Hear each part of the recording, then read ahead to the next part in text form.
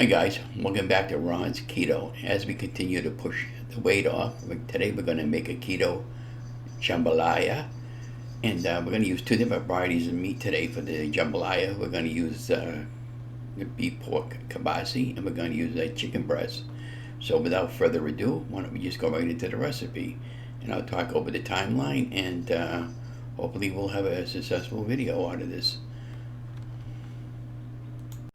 I have the ingredients amount right over the timeline, and I'll talk over the video as we get to each one of the ingredients while we're getting ready to prepare the jambalaya. And that noise you're hearing in the background is my central heating system, because it is winter and it's cold outside, and this would be a perfect meal for any day, not just for a keto meal or, whenever you're trying to lose weight. So what we got going on here, guys, we got an orange and a green bell pepper and an onion, and it could be any of your choice as far as the colors go. I just happen to get those because I love bell peppers, and right now I was just taking a knife and I was just chopping everything all up the best I could in my older knife set that I had, and then I'm putting everything into a mixing bowl.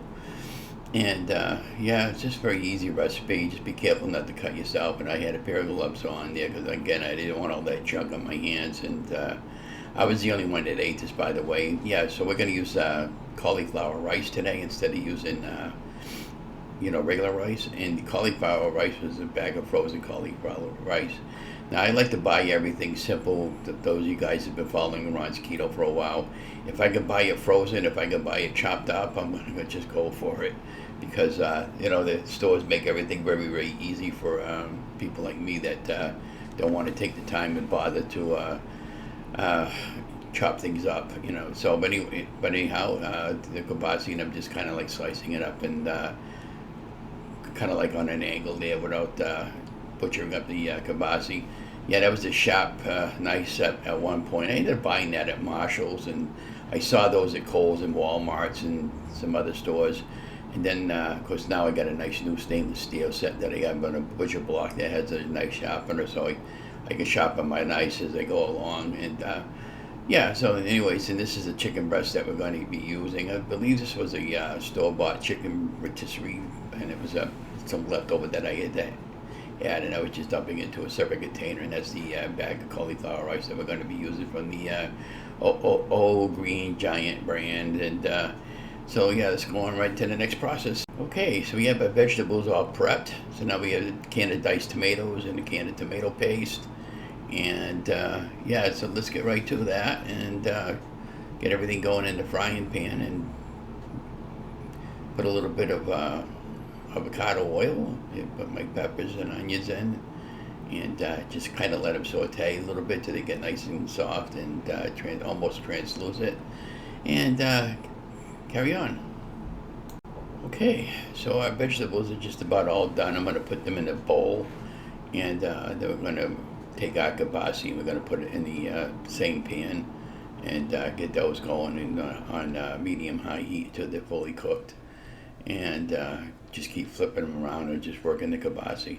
Okay, so it's been just about 5 minutes and our kibasi is just about done. I was just flipping it around on both sides here, and through the magic of editing, I sped up the video at this point. So now I'm just adding in the vegetables over the top of the kibasi, and then I'm going to be adding the chicken in shortly there. Just let everything all cook in together there. Just and again, some simple spices, salt, pepper, onion powder, and that sort of thing. And let's continue on with the video. I'm just trying to think of what I want to say. Okay, here's the chicken that I'm putting in.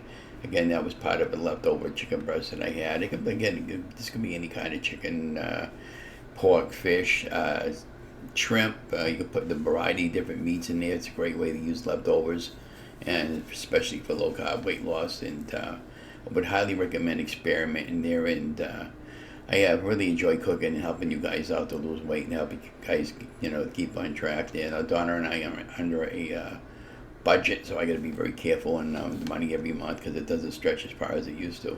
Okay, so now we got everything all cooked. We're going to transfer everything into a Dutch oven with a little bit of olive oil, and let it go for a little bit. And we're going to add the rest of the ingredients into the Dutch oven and continue the cooking process. And here you go, just adding these. Oh yeah, I added some Cajun spice to it, by the way, to give it that authentic New Orleans taste. And then I had my can of tomatoes and some paste. And you can leave the tomato liquid right into the, add everything out like right in. Just a couple of tablespoons of tomato paste, and then mixing it really up so it'd be nice and thick in the sauce. And that's the cauliflower rice there. I put that in a microwave oven and I steamed it for a little bit, and then I just put it right into the Dutch oven pot. And then I use a little bit of chicken broth. If you don't have chicken broth, you can use chicken stock or anything like that.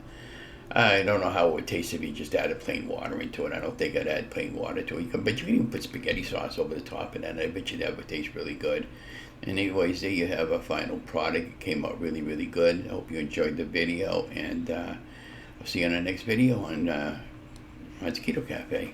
Oh, don't forget, I know, keep sounding like the same old record. Don't forget to like, share, and subscribe.